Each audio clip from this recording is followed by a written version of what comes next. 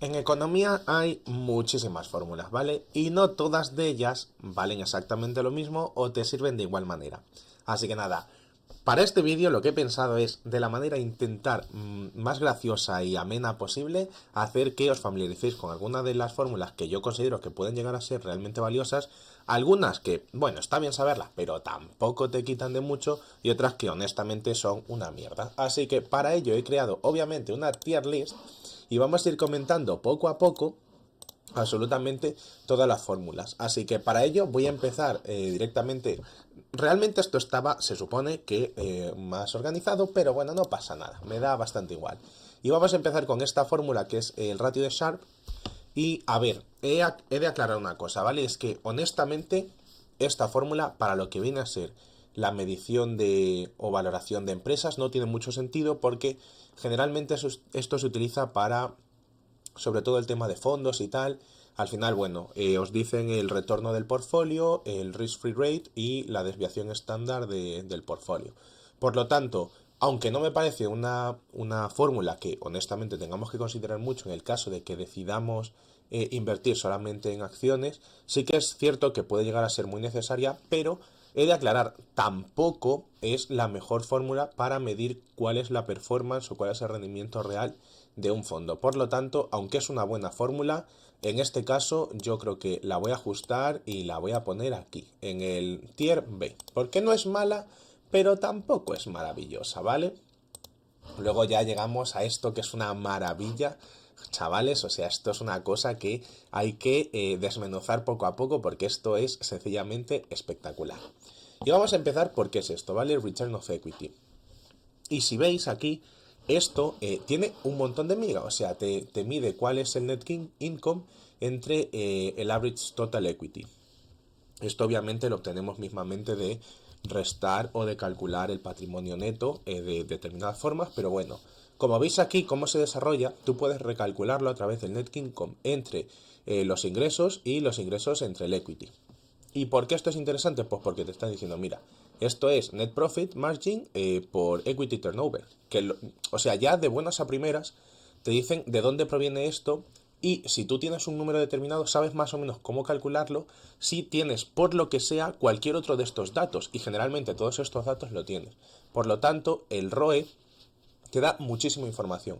Pero es que en el mejor de los casos, porque esto es lo más maravilloso de esto, es que esto es como, ¿sabéis las muñecas rusas estas que tú vas abriendo una y vas viendo que tienen más cosas por dentro? Pues esto es lo mismo. Porque si tú haces la DuPont Equation, que esto, a ver, contexto, esto todo viene del CFA, vale, tampoco es que yo sea aquí ingeniero ni nada.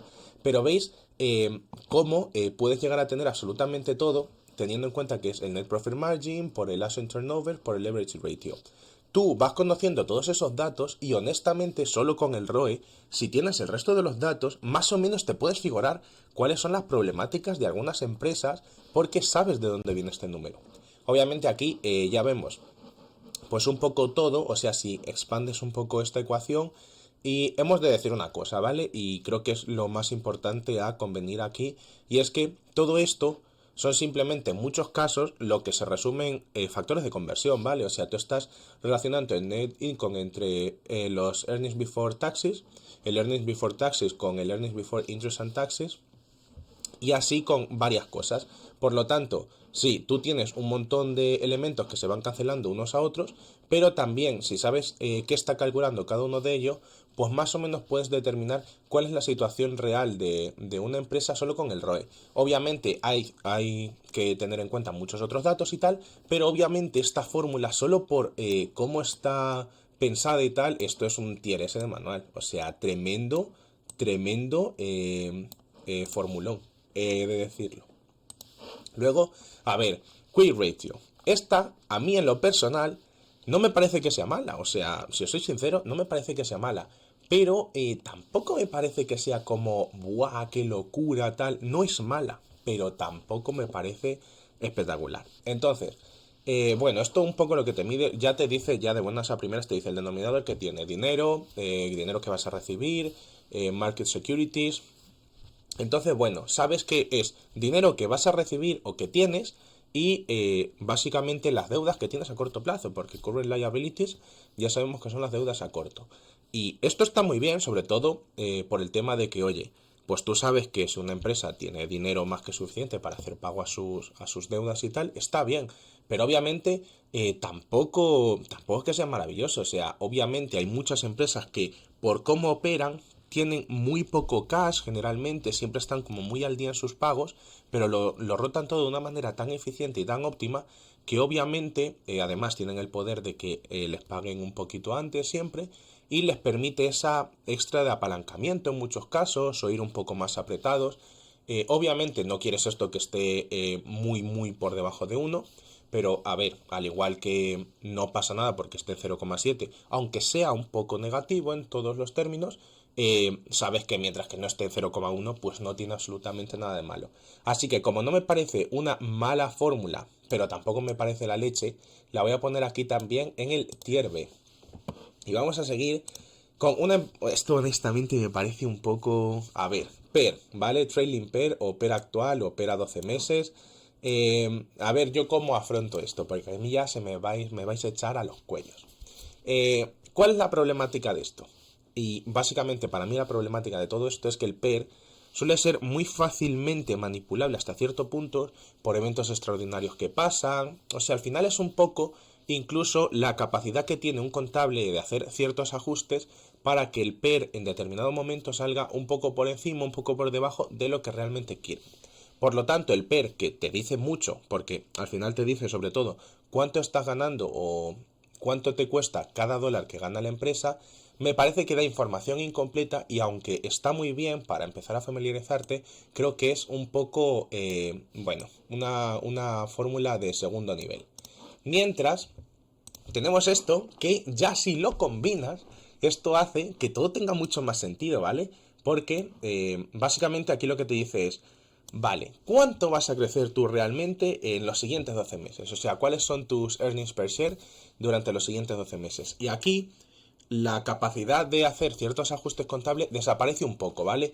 No es que desaparezca del todo, pero sí que es cierto que si tú juntas el trailing pair con el pair forward o el pair futuro, ya tienes un contexto más claro de hacia dónde se dirige la empresa. Obviamente todo esto pues hay que tenerlo también en conjunto con a lo mejor ciertas perspectivas o si son realistas esas perspectivas.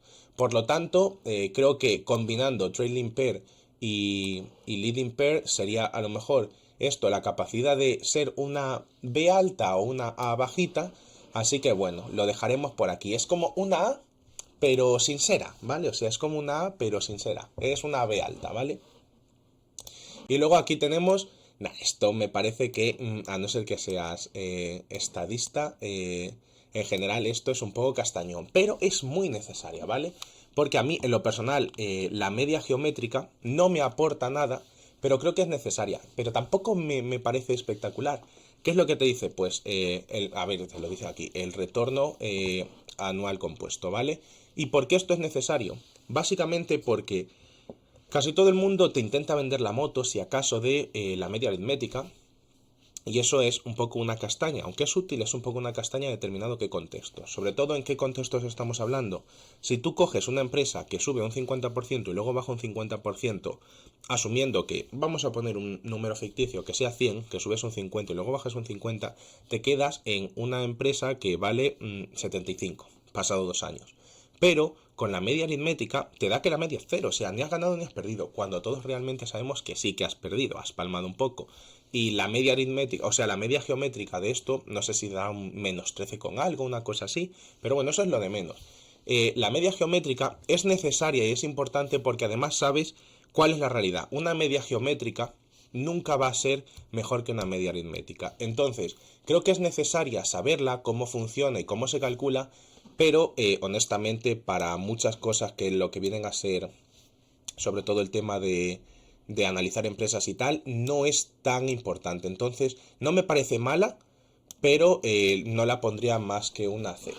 Así que vamos. Luego está la media armónica, que esto hemos de decir que es muy útil y muy interesante, sobre todo si tú haces el típico DCA o Dollar Cost Averaging y tal, y además también tienes el aporte en varias divisas y etcétera.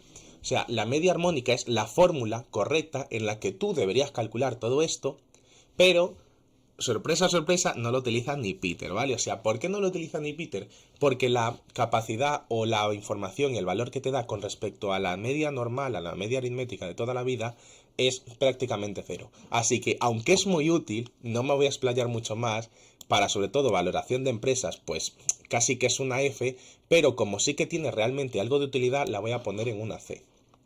Luego, nada, esto es una cosa que es que esto tiene su propia explicación, ¿vale? Free Cash Flow to Equity. ¿Por qué esto es tan guay? O sea, bueno, al menos me parece a mí que es muy interesante.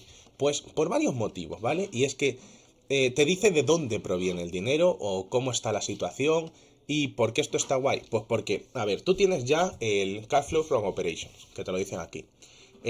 Pero luego te dicen y te ponen, vale, pero es que a esto hay que restarle y sumarle cosas, como por ejemplo todo el tema del CAPEX, el tema de pedir deuda, el tema de hacer no sé qué, no sé cuántas. Por eso, el Free Cash Flow to Equity me parece que es la leche, o sea, no por nada, sino porque te da mucha información. Tú tienes ya un CFO y luego te dan el FCFE y tú ya sabes hasta cierto punto por cómo se mueven las cosas dónde pueden haber ciertos temas. O sea, yo me acuerdo que muchas veces cuando estoy analizando empresas veo los dos números y digo, vale, a mí ya no me tienes que contar mucho porque dependiendo cuánta deuda tenga y cuánto dinero tengo aquí, yo asumo si esto tiene mucho gasto en capital, si esto realmente está repagando deuda o incluso si están pidiendo deuda. Por lo tanto, no sé si ponerla en ese, porque no sé si ponerla en ese, pero esto honestamente a mí me parece que es una A alta. O sea, mínimo A, o sea, mínimo A. Si es que esto es una maravilla, hombre. Esto es la leche. Luego ya tenemos otra que creo que es muy necesaria, pero creo que se queda un poco coja, ¿vale? O sea, no es mala, pero tampoco me parece espectacular, y es el Enterprise Value. Porque me parece que es una muy buena fórmula, pero que tampoco es una maravilla. Básicamente por el hecho de que una vez que tú ya entiendes de dónde viene, no te aporta tantísima información, pero no es mala información la que te aporta. Entonces, a mí en lo personal me parece que te da eso, el decir, oye, pues honestamente sé que no tiene tantísima deuda, sé que tiene mucho cash y tal, pero una vez ya has analizado y dominado esto, tampoco te aporta muchísimo. Pero quiero que os quedéis que el Enterprise Value te dice en muchos casos oye, esto es un coche, ¿vale? El coche vale tanto, pero ¿cuánto vale el coche realmente? Y aquí tú dices, mira, el coche debería valer 10 porque vale 10.000 euros, pero es que además tienes que pagar deudas por el tema de que le han puesto 4 multas. Y en multas tiene 2.000 euros. Y tú dices, vale, pues realmente el coche me va a costar 12.000 pavos.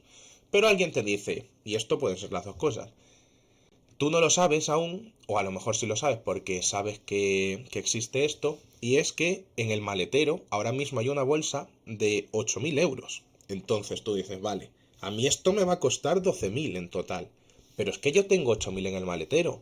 A lo mejor no es mala jugada simplemente comprar el valor del coche, pagar las deudas, quedarme con el resto del cash y revender el coche, aunque lo tenga que revender un poquito más barato, porque el cash ya me lo he quedado. Por lo tanto, como ya te dice de dónde vienen todos los datos, creo que el Enterprise Value es buena, pero creo que podría ser mejor o, bueno, no es tan buena, ¿vale? Así que en lo personal le daría eso, a lo mejor una B alta, pero no mucho más. Luego tenemos a esto, mira, a ver, esto lo he metido yo porque al final todo esto viene de fórmulas de CFA que os vais a tener que aprender y tal. Y si os soy totalmente sincero, la Chi-Square solo funciona si eres muy listo, ¿vale? O sea, no es malo, pero esto le funciona al típico doctor en econometría y etcétera, que te dice, mira, pues la varianza de no sé qué, en los retornos de no sé qué acción o tal, siguen tal distribución. Que es la leche. O sea, honestamente, si somos totalmente sinceros, esto es la leche. Pero, ¿cuántos de nosotros somos tan listos como para poder sacarle provecho a esto? Pues honestamente yo por lo menos no. Por lo tanto, me parece que es una muy buena o muy posible buena fórmula. Sí, lo es. ¿Le podemos sacar un rendimiento a aprendernos esto de alguna manera? Pues honestamente, si os soy sincero, no.